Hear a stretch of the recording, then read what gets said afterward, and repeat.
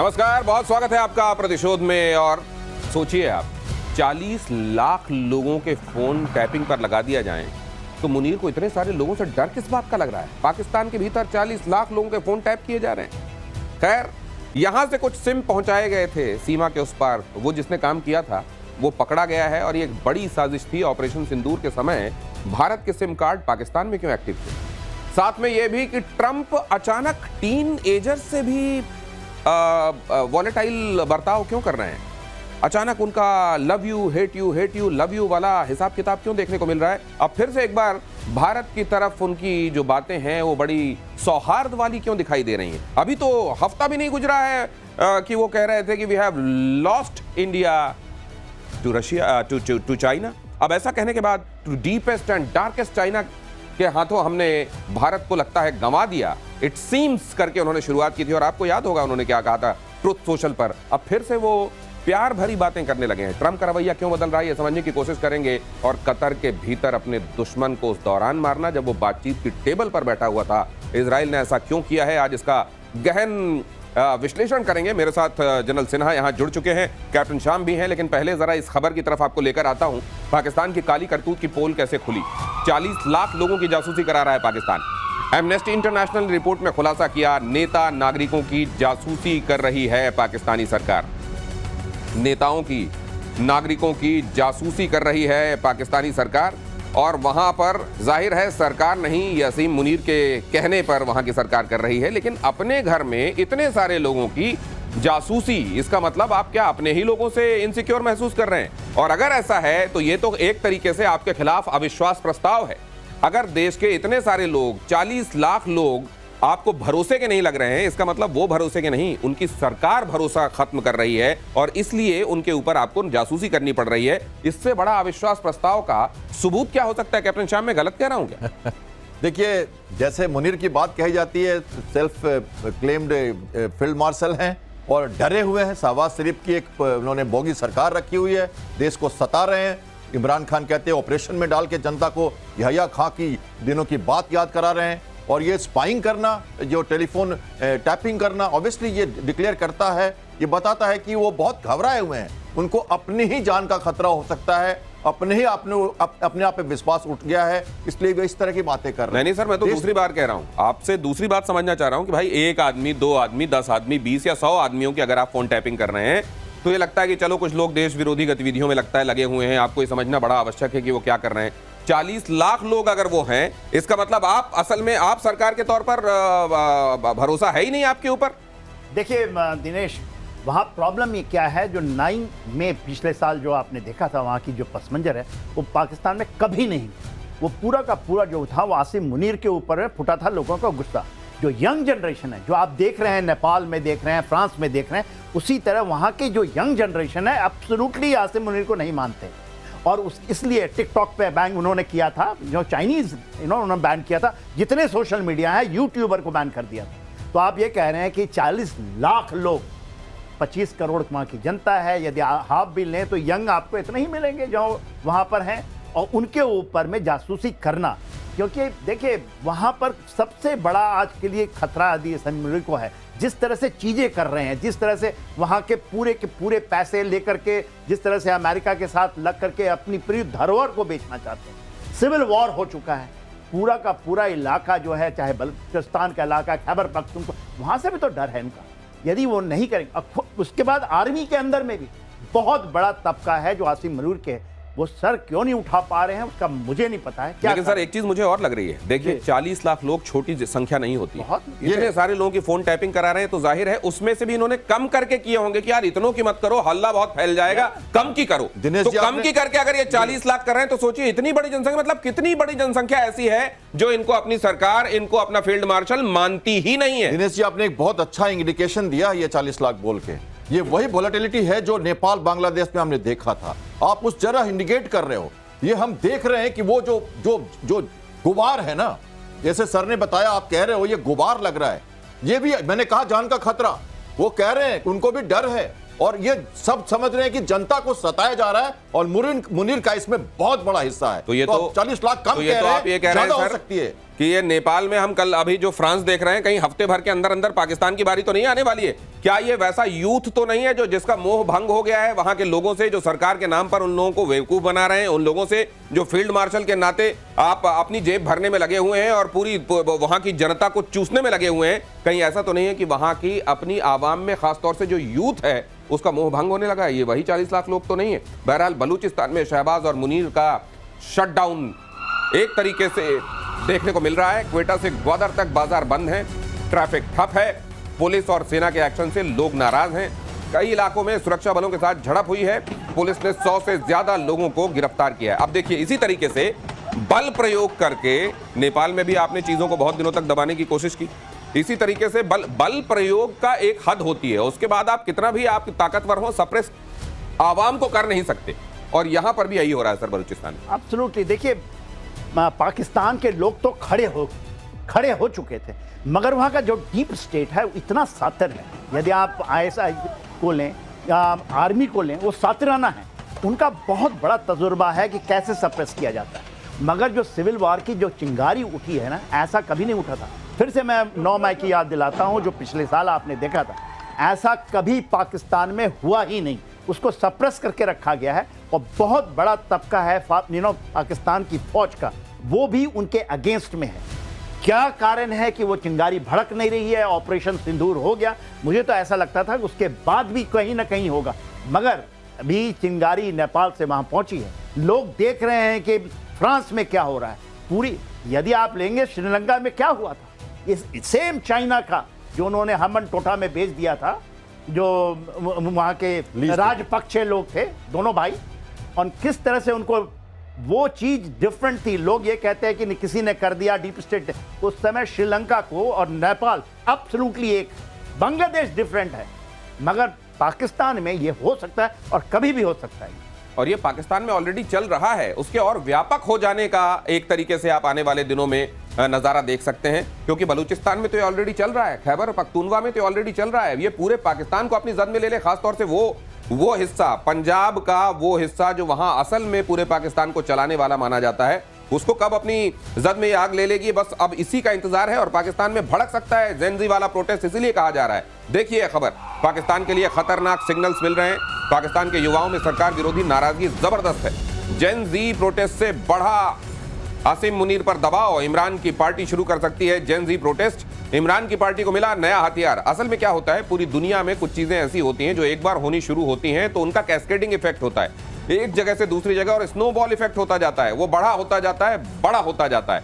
क्या ऐसे में ये जेन-ज़ी वाली बात जो हो रही है, आप जानते हैं ये जेन-ज़ी एक खास समय में पैदा हुए लोग जो आज 25 से 28 साल के बीच के हैं, उनको लेकर ये बात की जाती है। ऐसे में क्या ये जेन-ज़ी में गुस्से का उबाल वहां इमरान खान लाने में कामयाब हो सकते हैं? क्योंकि आप जानते हैं यूथ वो वर्ग है सोसाइटी का जो खेलों से, खासतौर से क्रिकेट से बड़ा मुतासिर है इस सब कॉन्टिनेंट में, आप ये जानते हैं। तो क्या ऐसे में इमरान खान वाकई इसको हवा दे सकते हैं? कैसे?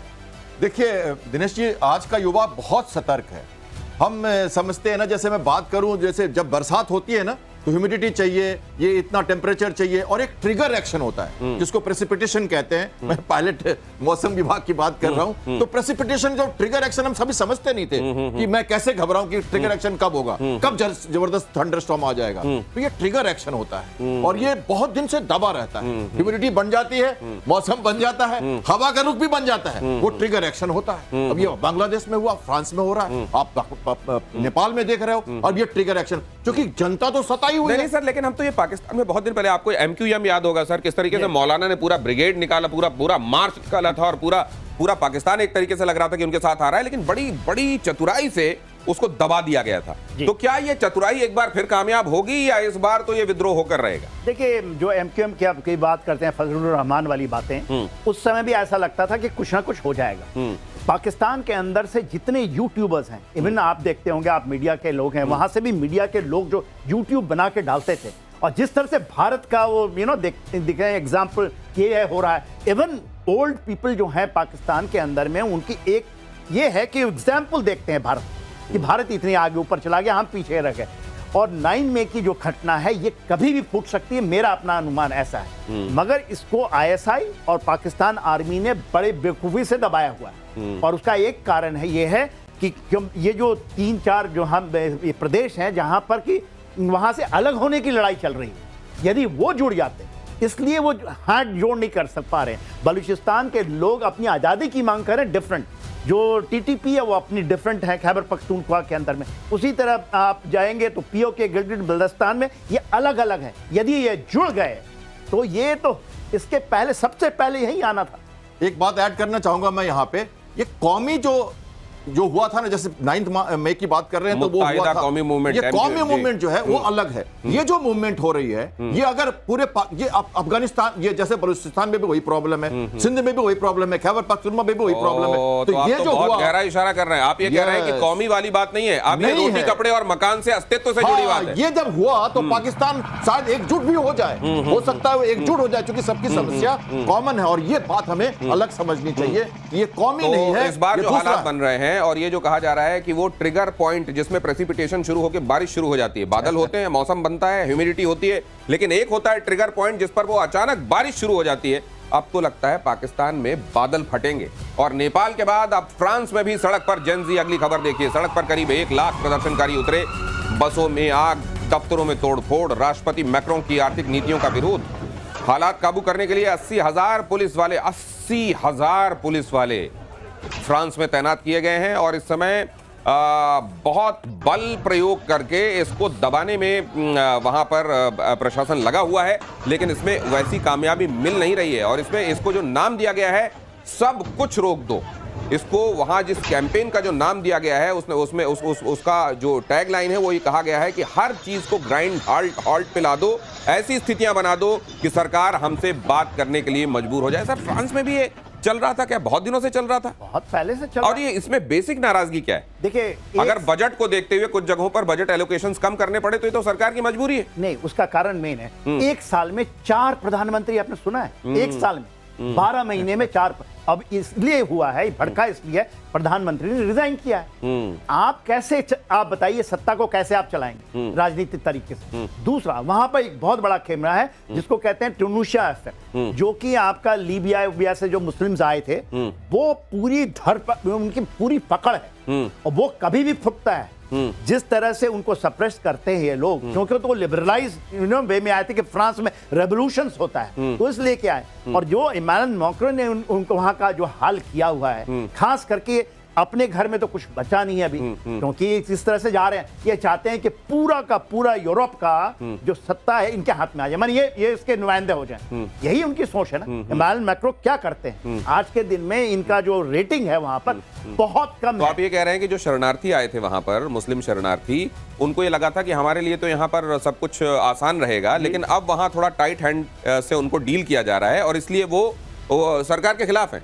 वो टाइट हैंड से डील नहीं कर पा रहे हैं ना। अच्छा, वहां के लोगों के अंदर में जो है, फ्रांस के लोगों में और जो ये कम्युनिटी के अंदर में जितने बार भी हुआ है, इन दोनों के बीच में होता है। अच्छा, वो तो इतने छुटे हुए हैं कि कुछ भी कर सकते हैं। तो यहाँ पर जो मुस्लिम ब्रदरहुड की बात होती है फ्रांस के अंदर में, वो तो लोग रोकना चाहते थे, मगर रुका नहीं। वहां पर तो रोकना चाहते थे, देवर अगेंस्ट, सबसे पहले फ्रांस में रोक पाएंगे। तो इस तरह के जब हालात किसी देश में होते हैं, तो क्या वहीं पर अचानक कुछ अंदर खदबदा रहा होता है जो सतह पर आ जाता है, या एक्चुअली वो खदबदा तो बहुत दिनों से रहा होता है, लेकिन फिर कोई एक बड़ी विश्व की ताकत जो है उसको हवा देती है और वो तब सतह पर आता है? ये बात तो आप लगातार देख रहे हो हमारी परिस्थितियों में, इंडियन ओशियनिक रीजन में हो, या रीजनल बात करें या ग्लोबल बात करें, चाहे इवन ब्रिटेन में लगातार देखिए ये जो, या कनाडा की बात कर ले आप, तो कनाडा में भी हुआ था।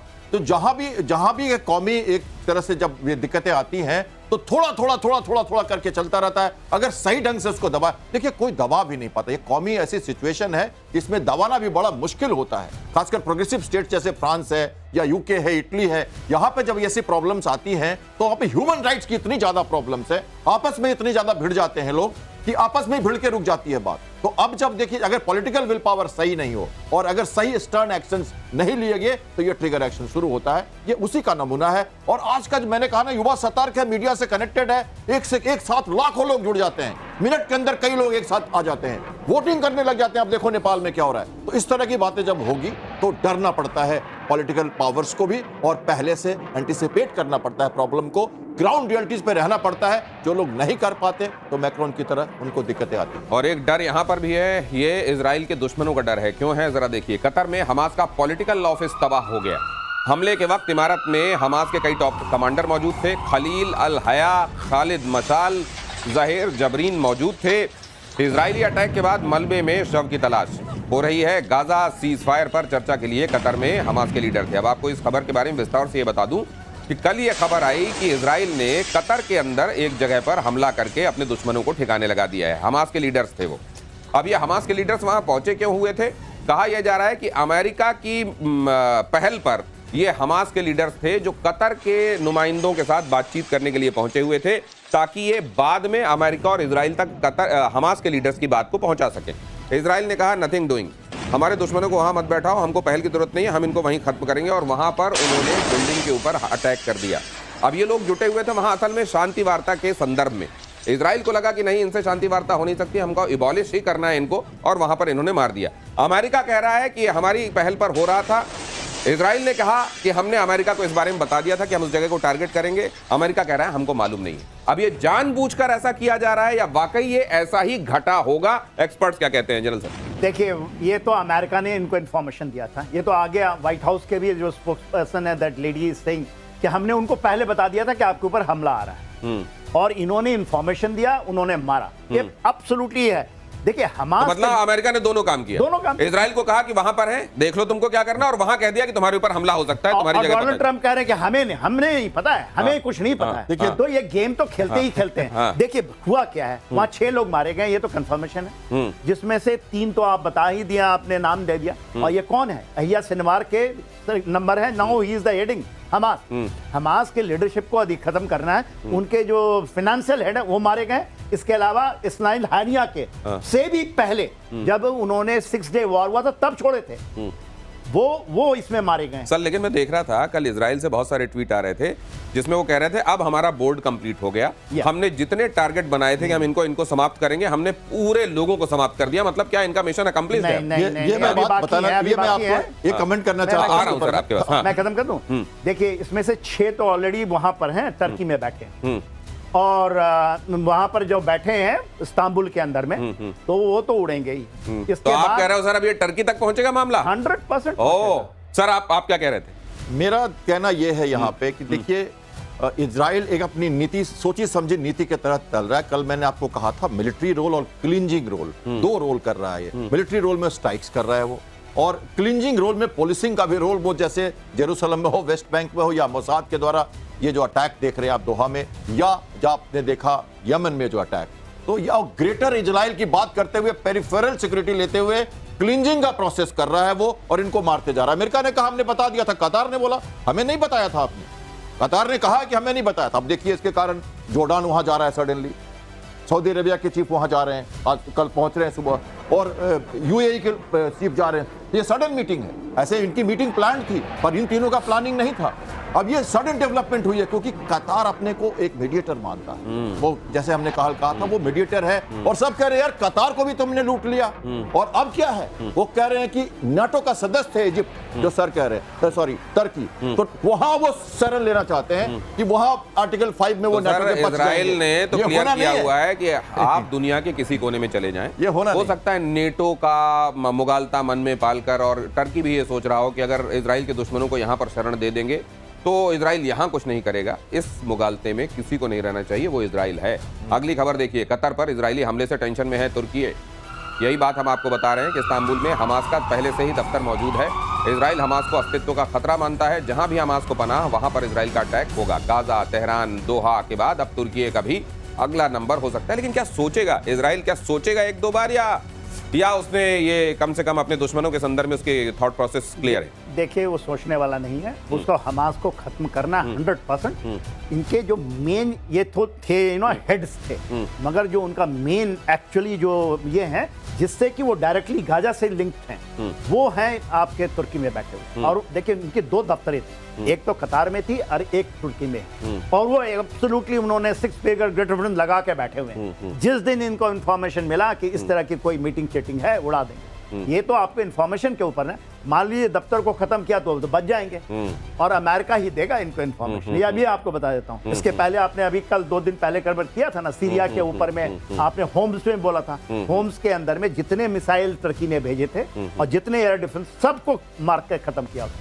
दमास्कस के बाद में भी जो उस इलाके में इजराइल ने नहीं छोड़ा, इजराइल कहीं नहीं छोड़ने वाला। तो अच्छा, भलाई इसी में है कि टर्की अभी उनसे कह दे कि यहाँ से चले जाओ, यहाँ पर मत दिखाई देना, नहीं तो फिर सॉवरेनिटी की चिंता करनी छोड़ देनी चाहिए। क्योंकि अगर वहां दुश्मन है, दुश्मन को पनाह दी गई है, तो सॉवरेनिटी वाला कार्ड फिर आप नहीं खेल सकते, कम से कम इजराइल के साथ। और कतर अटैक पर इजरायली मीडिया का बड़ा दावा, इजरायली हमले को अमेरिका की मंजूरी थी, यूनाइटेड स्टेट्स अफसरों को दोहा हमले की थी जानकारी। सवाल है कि क्या ट्रंप ने कतर में भी खेल कर दिया?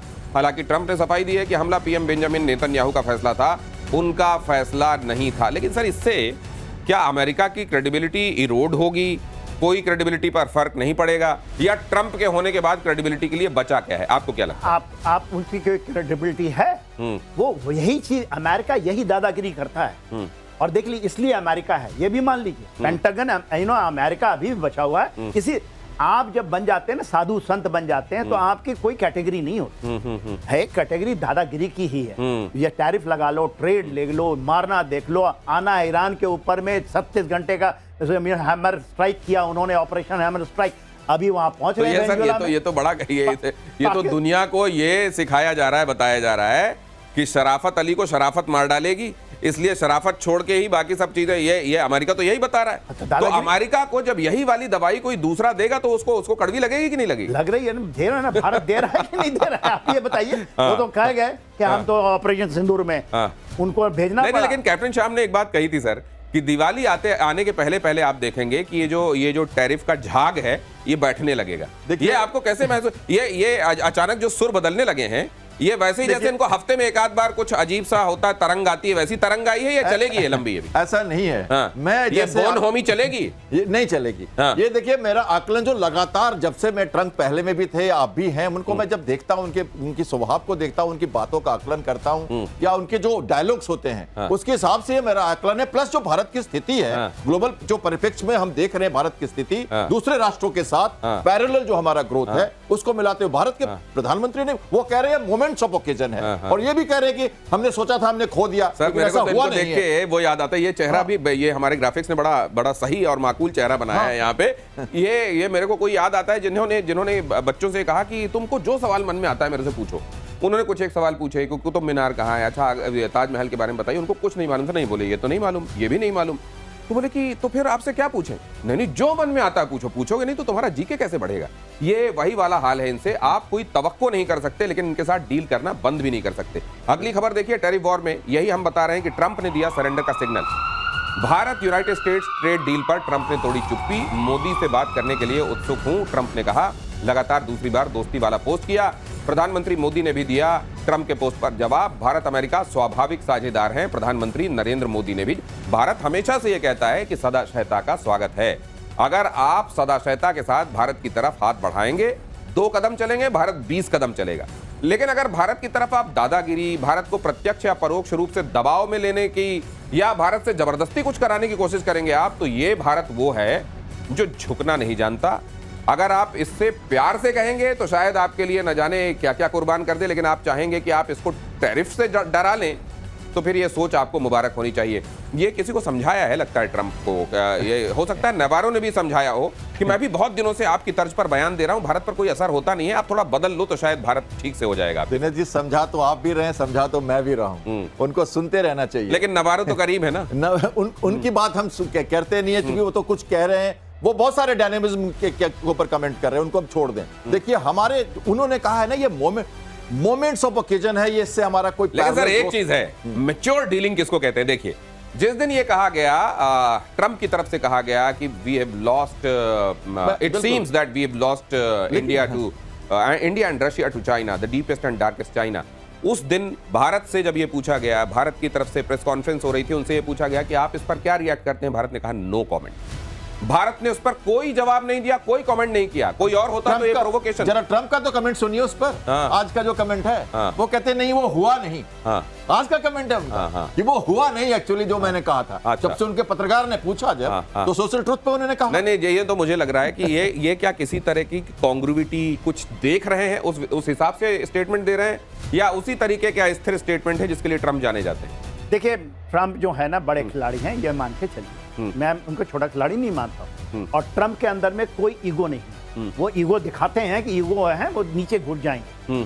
और देखिए, जो गेम खेल रहे हैं क्यों बदल रहे हैं, जो अमेरिका के अंदर हो रहा है, अमेरिका के जेपी मॉर्गन्स को ले लीजिए आप, उनके जितने भी हैं बड़े बड़े बैंकर्स वहां से आ रहे। 51 स्टेट के अंदर में आपको 13 स्टेट के अलावा छोड़ करके सब जगह रिसेशन आने वाला है। 50% हो चुका है ये कि, और ये बोल रहे हैं टैरिफ एंड ट्रेड के कारण आने वाला। तो सर ये ओवरनाइट नहीं हो गया ना? ये तो चल ही रहा है। तो ये बात आज अचानक ट्रंप ने पढ़ लिया और वो सामने बोल रहे हैं, ऐसा तो आप उनकी किताब नहीं, मैंने उनकी किताब पढ़ लिया है। अच्छा। वो हाँ, अच्छा। आर्ट ऑफ डील पढ़िए। अच्छा। एग्जैक्टली यही है। ओके। एग्जैक्टली जो एक एक वर्ड आप पढ़िएगा ना। हाँ। और उसको सारे पढ़ लिए हैं। ये जितने जाते हैं ना यूरोपियन यूनियन वाले, उनको कहते हैं कि सारा इनको बोल दो, करेंगे नहीं कुछ। हाँ, हम कर देंगे। पर भारत ने इनको जो सिखाया है, वो भारत ने अपने तरीके शांत गंभीर बिना बोले हुए पूरे के एक वर्ड यूज करो इनके ऊपर, गीदड़ भभकी का तरीका इनको आता है। गीदड़ भभकी देते हैं, ट्रेड वार बोलते हैं, फिर कहते हैं कि हम ट्रेड बैरियर्स को खत्म कर देंगे, और फिर अगले दिन कहते हैं हमें कोई दिक्कत नहीं, पैरेलल करते रहो। प्रधानमंत्री ने जवाब दे दिया है ना, कंप्रेहेंसिव स्ट्रैटेजिक पार्टनरशिप आपके साथ है, हमारे व्यक्तित्व अच्छे, हम बड़े अच्छे प्राइम मिनिस्टर हो आप, ये भी कह गए हैं, तो सब कुछ तो कह ही रहे हैं, हमें डरना किस लिए? ठीक है, अगली खबर देखते हैं। चलिए अब इधर से आपको रूस यूक्रेन की तरफ लिए चलते हैं। उधर युद्ध को लेकर बड़ी खबर आई है। पोलैंड की हवाई सीमा में रूसी ड्रोन की एंट्री, बहुत बड़ी खबर है, ध्यान से सुनिए। पोलैंड की हवाई सीमा में रशियन ड्रोन की एंट्री हुई। पहली बार पोलैंड ने रशियन ड्रोन मार गिराया। पोलैंड ने अपना एयर स्पेस बंद किया। Fighter jet intelligence platform alert पर हैं। लोगों को घरों में रहने के लिए कह दिया गया है। अब जरा इधर आ जाइए नक्शे की तरफ। अब मैं आपको बताऊंगा, बल्कि मेरे एक्सपर्ट बताएंगे कि मैं क्यों कह रहा हूं कि यह खबर बहुत बड़ी है। ये जब आप देखेंगे, यूक्रेन की जो पश्चिमी सीमा है उससे लगा हुआ आपको पोलैंड दिखाई देगा। पोलैंड से आगे ये यूक्रेन दिखाई दे रहा है, और यहां पर इस एयर स्पेस में घुस आया था रशियन ड्रोन, जिसको पोलैंड ने मार गिराया। तो क्या, और आप जानते हैं पोलैंड तो नेटो का सदस्य है, तो अभी तक जो रशिया वर्सेस यूक्रेन था, क्या अब वो उस दहलीज में पहुंच गया है युद्ध, कि अब ये नेटो वर्सेस रशिया बनने वाला है? सर, क्या ऐसा आपको लग रहा है? देखिए, ये कार्रवाई अब शुरुआत में हुई है। बहुत, या मान के चलिए कि यहां से जो अटैक हो रहे थे ड्रोन्स के, हमेशा इसी एरिया में होते रहते थे। बहुत शुरू में उन्होंने कुछ मिसाइल्स यहां मारी थी। अब ये जो ड्रोन मारा गया यहां पे, देखिए एयर स्पेस का वायलेशंस हवा में पता नहीं चलता कि 1 किलोमीटर इधर या 2 किलोमीटर उधर। आप 500 मीटर जाके कह सकते हो कि तो मतलब आप ये कह रहे हो कि ये गलती से भी हुआ हो सकता है? ये हो सकता है कि ऐसा हुआ। प्रोवोकिंग तो नहीं करेगा रशिया ऐसा। रशिया कभी नहीं चाहता कि वो डायरेक्ट नाटो से कन्फ्रंटेशन करे, पोलैंड से कन्फ्रंटेशन करे। एक्सरसाइज जपट चलने वाली है यहाँ पे बेलारूस और रशिया जो है बड़ा एक्सरसाइज करने वाले हैं अभी तुरंत। नहीं सर, मैं ये इसलिए पूछ रहा हूं क्योंकि मुझे वो खबर भी याद है जब रशिया की एक मिसाइल कथित तौर पर पोलैंड में जाकर गिर गई थी। पोलैंड किसी से पहले आकर ये कह रहा था कि नहीं ये उनकी मिसाइल नहीं, हमारे आने की, क्यों वो भी कन्फ्रंटेशन टालना चाह रहे थे। सर नहीं, अभी दूसरी है। हालात दूसरी है।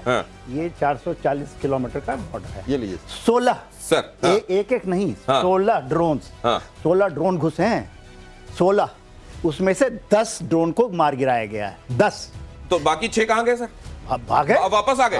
अच्छा, 16 गए तो मतलब थे। उन्होंने जानबूझ के भेजे हैं? 100%। इसमें कोई शक है क्या? अच्छा। ये देखिए, रशिया को यदि आप नहीं समझिएगा, मैं आपको फिर बताता हूँ। तो क्या है सर, क्या चल रहा है? अलास्का कुछ हो, Russia will do all this thing. ये तो इनको ऐसा पानी पिलाएगा, नॉट इनको, पोलैंड को, पूरे यूरोप को। आप देखिएगा रीसेटिंग। ये जो कह रहे थे ना कि 2027 तक हम इनको रोक के रखेंगे, हम इंडो पैसिफिक में जाएंगे, ये इनको रोक देगा इंडो पैसिफिक में जाने के लिए। रशिया गेम खेल रहा है, और गेम नहीं, he is fighting in strategic battle. तो सर जो आप कह रहे हैं उसमें तो फिर सीधे रशिया वर्सेस नेटो भी हो सकता है, अगर इन्होंने नेटो के पास शक्ति है कि रशिया को आप क्या कर लेगा, बताइए। नेटो, आप जब कहते हो नेटो 32 देश है, क्या उसमें घुस जाएगा उसके अंदर? देखिए, ऐसा नहीं होने वाला है, क्योंकि उनके भी हैं। ये अमेरिका क्या है, अमेरिका का जो सेंट्रल कमांड है वो अभी वहां बैठा हुआ है जर्मनी में। जिस दिन अमेरिका चाहे इनको रोक सकता है, अपनी कमांड को बुला लो। मगर अमेरिका भी नहीं चाहता, वो भी चाहता है कि किसी, देखिए चीजें बड़ी समय के लिए हो रही तो आप शायद कैप्टन शाम अपने स्टेटमेंट बदलें। नहीं, एक नहीं थे 16 थे, 16 में से 10 मारे गए हैं। नहीं, मैं आपको पोस्चरिंग बताता हूं। बताइए। देखिए ये ड्रोन्स तो हमेशा अधिक संख्या में ही जाते हैं, वो तो ऐसे ही जाते हैं। ये क्या सर्वेलेंस ड्रोन है, ये अटैक ड्रोन्स नहीं है। वो ये पोस्चरिंग मैं क्या कर रहा था। अरे सर, लेकिन हवाई सीमा में सर्वेलेंस वाला भेजे या अटैक वाला भेजे, वो तो एयर स्पेस शाहिद ड्रोन्स हैं, शाहिद ड्रोन नहीं, शाहिद ड्रोन्स हैं। शाहिद ड्रोन्स हैं। तो फिर ये तो म्यूनिशन के साथ गए होंगे सर। ये तो ये अटैक के पोस्चरिंग के लिए पढ़ लीजिएगा। यहाँ पे क्या है जो सही है ना, नहीं कंट्राडिक्ट नहीं कर रहा, शायद इनकी इंफॉर्मेशन ज्यादा अच्छा हो। ये शाहिद ड्रोन्स हैं, 16 गए थे, और ये एब्सोल्यूट अटैक ड्रोन्स हैं। उसमें से 10 तो फिर ये भी हो सकता है सर कि Russia is testing the waters. Exactly यही मैं कहना चाह रहा हूं। जस्ट पोस्चरिंग करके टेस्टिंग द वाटर कर रहा है कि हम यहां तक रहेंगे, इधर कोशिश ना करो आने की। तो अगर बहुत वो वहां तक जा रहा है, यहां से बढ़ के वहां तक जा रहा है, ये कह रहा हूं मैं। तो यूक्रेन को नेटो में लाने के से ही तो ये फसाद शुरू हुआ। और नेटो हमेशा ये कहता है कि नहीं रशिया के साथ हमारा टकराव मतलब विश्व का विनाश। तो यहां पर जाकर सीधे उसकी बाउंड्री में भी अपने उसने भेज दिए, एयर स्पेस में भेज दिया। और ये देखने की कोशिश हो सकता है रशिया कर रहा हो कि नेटो कितना प्रतिबद्ध है, या कितना वाकई वो रशिया के अगेंस्ट अपनी पोस्चरिंग को लेकर आगे बढ़ सकता है। और इजराइल के कई शहरों में रेड अलर्ट। अगली खबर यह है कि हूती विद्रोहियों के हमलों की आशंका है। जेरूसलम, यारकोन, शफेलात में सायरन की आवाज। यमन से हूती विद्रोही दाग सकते हैं बैलिस्टिक मिसाइल। ये यमन से हूती विद्रोही बैलिस्टिक मिसाइल दाग सकते हैं, और इसलिए यहाँ पर लगातार सायरन बज रहे हैं। हूती विद्रोहियों को भी इस बार शायद अब इजराइल ने मन बना लिया है कि इनको भी वंस एंड फॉर ऑल अब हमेशा के लिए इनका भी इलाज हो जाना चाहिए। इसीलिए इजराइल के कई शहरों में रेड अलर्ट है। हूती विद्रोहियों के हमलों की आशंका है। जेरूसलम, यारकोन, शफेलात में सायरन की आवाज़ें गूंज रही हैं। यमन से हूती विद्रोही बैलिस्टिक मिसाइलें दाग सकते हैं, ये अंदेशा इजराइल को लगातार। आप जानते हैं हाल के दिनों में हूती विद्रोहियों के खिलाफ बड़ी कार्रवाई, हालांकि निर्णायक इसको कहा जाए या नहीं, लेकिन बड़ी कार्रवाई इजराइल की तरफ से हुई है। ये हूती वाला चैप्टर सर, आपको क्या लगता है ये अभी कितना चलता रहेगा या इसका इलाज भी होने वाला है? इसका इलाज तो हो ही जाएगा। इनके प्रधानमंत्री मारे गए हैं, उनके टॉप लीडर्स मारे गए। मगर देखिए, इनको भी आपको ये मानना पड़ेगा, स्पेशली जो फलस्तीन 2 मिसाइल है, वो एक तो हाइपरसोनिक मिसाइल है जो इन्होंने बनाया है। उसके अंदर में अभी वो कहते हैं क्लस्टर उन्होंने डाल रखा हुआ, क्लस्टर बम्स डाल दिया। क्लस्टर का मतलब है कि जिसको आप मारिएगा मिसाइल को, क्लस्टर गिरेगा। तो ये तो डेडली तो हैं, और इनके अंदर डिटर्मिनेशन सबसे ज़्यादा वेस्ट एशिया के अंदर में हुतियों के पास में, चाहे वो रेड सी हो, चाहे वो इस इलाके में कुछ करने का, तो है तो बहुत बड़ा न्यूशन। और ईरान से उनको अभी सपोर्ट नहीं मिल रहा है, चाइना से चीज़ें आ रही हैं, मगर अब जब तक आप ईरान को नहीं रोकोगे, ये हुतीस तो एक आपके पिन प्रिक तो रहेंगे ही, स्पेशली बाब अल मंडेब की तरफ, और जो अदन की खाड़ी है उसके तरफ, और रेड सी के ऊपर। यदि इसको करना है तो आपको बूट्स ऑन ग्राउंड डालना पड़ेंगे। इनका इलाज है, इनका इलाज इजराइल से नहीं हो सकता।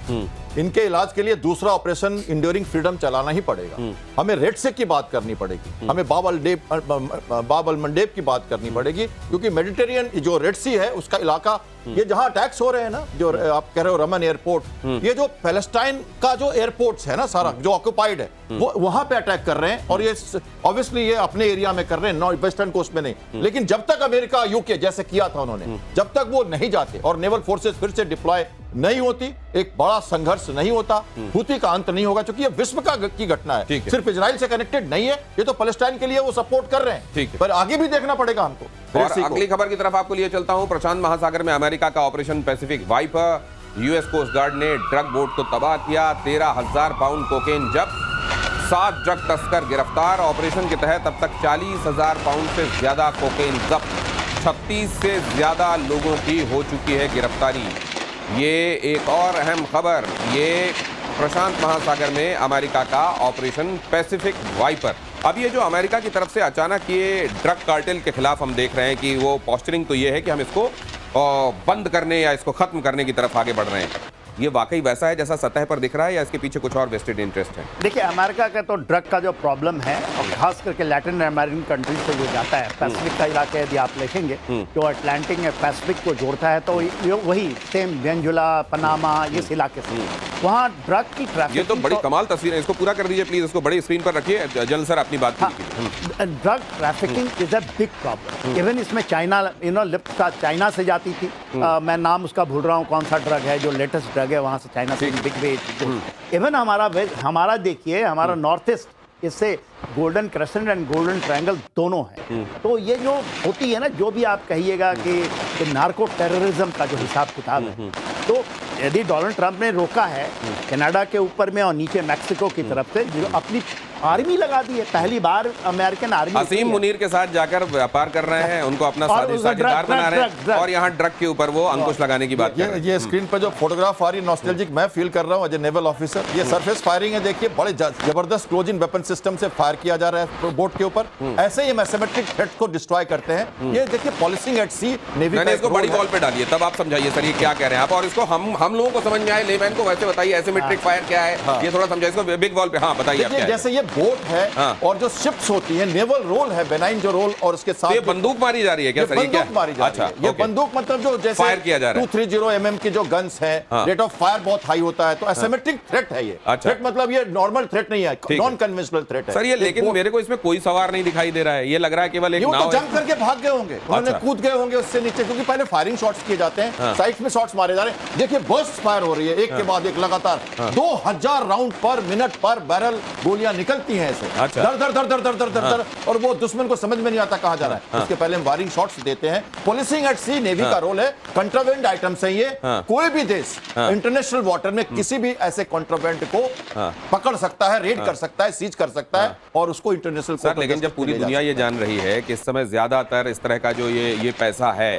ड्रग वाला पैसा, वो कहाँ लग रहा है, किस तरीके से उसका, किस करेंसी में वो डील हो रही है, सब जानते हैं कि इसमें जो क्रिप्टो करेंसी है वो इन्वॉल्व है, ये भी जानते हैं कि ट्रंप का उसमें क्या स्टेक है, ये भी जानते हैं कि किस तरह पाकिस्तान से उसको इन्वॉल्व किया जा रहा है। उसके बाद ड्रग के खिलाफ ये लड़ाई, ये कहना ये कि ये कितना शोभा देता है सर? ये मिलिट्री रोल बात कर रहे थे हम, स्ट्रैटेजिक रोल इसके पीछे, जिसके पीछे टैसिट कंट्रोल्स और इसके पीछे जो कहते हैं ना दूसरी भावनाएं, जो आप कह रहे हो, ये सब तो इन्वॉल्व है ही। जनरल सर एक लास्ट कमेंट 20 सेकंड का। मेरा ये कहना है कि एक्चुअली ड्रग कंट्रोल के लिए कर रहे हैं, तो मैं तो इसको अच्छा मानता हूं। मैं ड्रग यदि देखिए प्रशांत महासागर से होते हुए, जो आप पैसिफिक की बात कर रहे हैं, पैसिफिक से जो गुआम का इलाका है या इनका हनोई का इलाका है, इस इलाके में पड़ता है, यहाँ पर ड्रग की ट्रैफिकिंग नहीं होती। ये इस रूट से नहीं होती। जो ड्रग की ट्रैफिकिंग होती है, खास करके जो हमारा पाकिस्तान का बॉर्डर है, ईरान का बॉर्डर होते हुए इधर से जाता है। तो फिर अगर इस पे किसी भी सूरत में कितना भी अगर छोटा ही सही कहीं काम हो रहा है, अच्छा काम हो रहा है, तो उसकी तारीफ होनी चाहिए, लेकिन फिर मंतव्य क्या है, इंटेंशंस क्या हैं, उसको लेकर तो सवाल खड़ा हुआ है ही। बहुत धन्यवाद sir, thank you so much. अभी यहाँ रुक रहे हैं कुछ देर के लिए, उस पार खबरें जा रही हैं, कहीं जाइएगा।